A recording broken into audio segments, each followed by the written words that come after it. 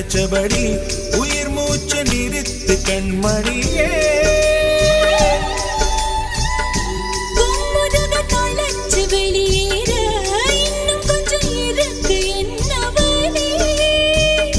மழையடிக்கும் சிறு பேச்சு, வெயில் அடிக்கும் ஒரு பார்வை, உடம்பு மண்ணில் புதையிற வரையில் உடன் வரக்கூடுமோ?